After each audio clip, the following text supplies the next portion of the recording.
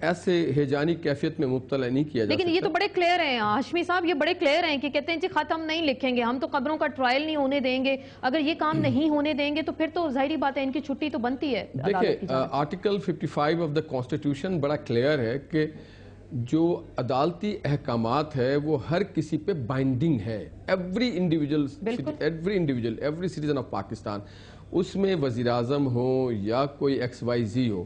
تو وزیر اعظم کوئی اسپیشل تو ہے نہیں، انبیاء تو ہے نہیں، معاف تو نہیں کیے گئے کہ جی یہ ہر چیز سے مستثنیٰ ہے. یہ بھی ہمارے اور آپ جیسے انسان ہیں جن کو ایک اچھا منصب پاکستانی قوم نے دیا ہے تاکہ وہ ان کی خدمت کر سکیں.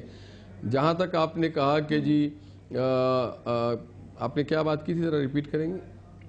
جی کہ جائیں گے نہیں جائیں گے، اور اگر ظاہری بات ہے اگر جائیں گے عدالت تو کنٹیمپٹ تو ان کو آلریڈی لگ چکی ہے. دیکھیے آپ جائیں اپنا جواب دیں. یہ تو کہہ رہے ہیں کہ ہم قبروں کا ٹرائل نہیں ہونے دیں گے. یہ قبر کی ٹرائل کی آپ نے بات کی تھی. یس، قبر کی ٹرائل نہیں ہو رہی ہے، کوئی قبر کے ٹرائل نہیں کرتا ہے، مگر آپ کو اپنے ریکارڈ کو درست کرنے کے لیے یہ بات ثابت تو کرنا ہوگا کہ این آر او غلط ہوا ہے. آپ کے ریکارڈ کی درستگی کے لیے، اور قوم کی ڈیمانڈ ہے، 18 کروڑ لوگوں کی ڈیمانڈ ہے کہ وہ $60 ملین کس کے ہیں.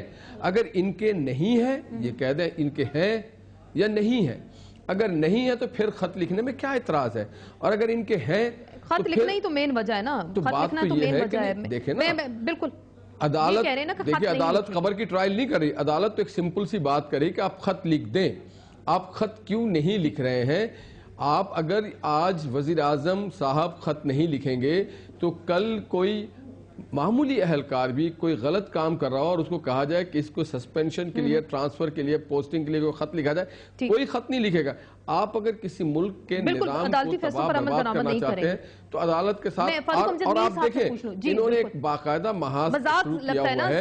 ان کے کئی ارکان اس کام پہ معمور کر دیے گئے ہیں کہ وہ چیف جسٹس صاحب کی مذاق اڑاتے رہے، عدالتوں کا مذاق اڑاتے رہے. اور یہ آج کا معاملہ نہیں. پیپلز پارٹی جب بھی اقتدار میں آتی ہے، جب وہ چاہتی ہے کہ اس کو دھکا دے کے نکالا جائے اور ایک جو طریقہ ہوتا ہے آئین، قانون یا جمہوری روایت، اس سے نہیں جانا چاہتی. یہ چاہتے ہیں کہ وکٹم بن کے جائیں، مظلوم بن کے جائیں. آپ بالکل آپ کیا سن رہے ہیں، آپ کیا دیکھ رہے ہیں اس وقت؟ کیونکہ معاملہ خط لکھنے کا اٹکا ہوا، اس میں متعدد ہم نے پروگرامز کیے، ڈیبیٹس کی. ابھی ایک تجویز یہ زیر غور ہے کہ صدارتی کوئی آرڈیننس جاری کر دیا جائے، وزیر اعظم صاحب کو استثناء دے دیا جائے عدالت میں پیشی کے حوالے سے. اگر ایسا ہوتا ہے تو پھر کیا، یہ پھر ایک نئی جنگ عدالت کے ساتھ لڑنے جا رہے ہیں؟ ایک بات تو یہ ہے کہ آرڈیننس آئے گا تو پھر دیکھیں گے، لیکن ابھی صورتحال یہ ہے کہ اگر آرڈیننس آئے گا بھی تو یہ تو پہلے کا آرڈر ہوا ہے، اس کا جو ہے وہ ریٹروسپیکٹیو ایفیکٹ ہوگا کہ نہیں ہوگا اور وہ کیسے ہوگا، وہ سارے دیکھنے کی بات ہے. میں 2-3 گزارشات جو آپ کی یہ ساری ڈسکشن ہوئی ہے اس پہ میں کرنا چاہتا ہوں. ایک، شرمیلا فاروقی صاحب نے جتنی مثالیں دی کہ عدالت نے اپنے فیصلوں پہ عمل درآمد نہیں کرایا، وہ ساری اس بات پہ تھیں کہ ایک آرڈر عدالت نے کیا ہے، اس کے بعد اگلی پیشی نہیں لگی. بس اتنی بات ہے. کسی جگہ پہ انہوں نے کوئی ایسا کیس نہیں بتایا جہاں پہ عدالت نے اپنا آرڈر جو ہے اس کو امپلیمنٹ نہیں کرایا. جہاں تک یہ بات ہوتی ہے کہ جی باقی 8,000 اتنے لوگ ہیں ان کو جو ہے وہ کیوں نہیں کیسز اوپن کیے گئے، یہ ان کی اطلاع کے لیے ان میں سے چند کیسز میں ان کے اپنے لوگ جو ہے وہ بری بھی ہو گئے ہیں. وہ سارے لوور کورٹس میں چل رہے ہیں، وہاں پہ وہ لوگ طلب ہوئے ہیں. ان میں سے جس کا کیس جس سٹیج پہ تھا وہاں سے اس کو آگے پروسیڈ کیا جا رہا ہے، اور لوگ کچھ بری ہو رہے ہیں، کچھ کو جو شاید سزائیں بھی ہوں گی، جب بھی وقت آئے گا وہ دیکھا جائے گا. وہ 8,000 کیس جو ہے وہ اوپن ہوئے ہوئے ہیں. یہ کسی اب یہ صرف یہ جو ایک کیس ہے، یہ کیس ایسا تھا کہ جس کے بارے میں یہ کہا گیا تھا کہ چونکہ ایک اٹارنی جنرل نے غلط خط لکھ کے سوئس اتھارٹیز کو کہہ دیا تھا کہ جناب آپ اس میں پروسیڈ نہ کریں، وہ خط غلط تھا، غلط قانون پہ مبنی تھا. اس لیے سپریم کورٹ نے کہا کہ اس کے جواب میں ایک دوسرا خط لکھا جائے گا جس میں یہ حکومت پاکستان بتائے گی سوئس اتھارٹیز کو کہ پہلا خط وڈرا ہو گیا اور آپ اپنے قانون کے مطابق اس پہ عمل کریں. اس میں قبروں کا ٹرائل دنیا میں کہیں نہیں ہوتا. جو آدمی دنیا سے چلا جاتا ہے، فوت ہو جاتا ہے، شہید ہو جاتا ہے، اس کا ٹرائل جو ہے وہ ختم ہو جاتا ہے. یہ زندہ لوگوں کی، آصف علی زرداری صاحب زندہ ہیں، ان کے بارے میں یہ بات ہے. باقی لوگوں کو یہ خام خواہ نفی کرتے ہیں. میر صاحب یہ پلی وہی لیتے ہیں، آصف علی زرداری صاحب یہی گزارش وہ یہ پلی وہ لے رہے ہیں کہ جی قبروں کا ٹرائل میں نہیں ہونے دوں. میں وہی گزارش کرنا ہوں نا، قبروں کا ٹرائل تو دنیا میں کہیں نہیں ہوتا. وہاں پہ تو صرف یہ ہوگا کہ بے نظیر صاحبہ کے جرم کرنے نہ کرنے کی بات نہیں ہونی. بات یہ ہونی ہے کہ آصف علی زرداری صاحب نے کیا کہ نہیں، کیونکہ جو دنیا سے چلا گیا اس کا ٹرائل کبھی نہ ہوا نہ ہوگا. آخری بات صرف مجھے آخری ایک فکرہ کر لینے دیں. آخری بات جو اس پہ میں گزارش کرنا چاہتا ہوں، نہال ہاشمی صاحب نے بڑی اچھی بات کی کہ اگر آپ وزیر اعظم خط نہیں لکھے گا تو کوئی جو ہے وہ پی این بی کل کو خط لکھنے سے انکار کر دے گا یا جو بھی کام کرنے سے. ان سے صرف اتنی گزارش ہے کہ ان کی حکومت کو، پنجاب حکومت کو بھی حکم دیا گیا ہے کہ بلدیاتی الیکشن کرا دیں، یہ اس پہ عمل درآمد کروا لیں. اس کے لیے بڑا اچھا لگے گا کہ یہ خود گڑ کھانا بند کر کے لوگوں کو نصیحت کرنا شروع کریں. اگر یہ خود سپریم کورٹ کے فیصلے پہ عمل نہیں کریں گے اور بلدیاتی الیکشن پنجاب میں نہیں کرائیں گے تو یہ باقی لوگوں کو کس منہ سے یہ کہیں گے کہ جناب آپ یہ کام کریں اور یہ نہ کریں. ہاشمی صاحب ذرا جواب دے دینا, میں پھر شرمیلا سے جواب لے لوں. آپ لوگ خود عدالتی فیصلوں کو کہہ رہے ہیں کہ جی عمل درآمد نہیں کرتے. یقیناً پنجاب گورنمنٹ نے کہہ دیا ہے کہ وہ اس کے دیکھ لیں جو معاملات ہیں اس کو, اور ہم الیکشن کرانے میں ہمیں کوئی یار نہیں ہے الحمدللہ, اور ہم یہ کروائیں گے. اور جہاں تک فاروق امجد میر صاحب نے ایک تیر سے وہ جو عمران خان کہتے ہیں ایک بال سے 2 وکٹ لیں گے, وہ لینے کی کوشش کی ہے. بات یہ ہے کہ جو آپ نے اسپیسفک آپ نے بات کی ہے کہ یہ آپ نے خط لکھنا ہے کہ نہیں, قبر کے پیچھے نہیں پناہ لینا. قبر کے پیچھے چھپنا کوئی اچھی بات نہیں, وہ مجابر کا کام ہے.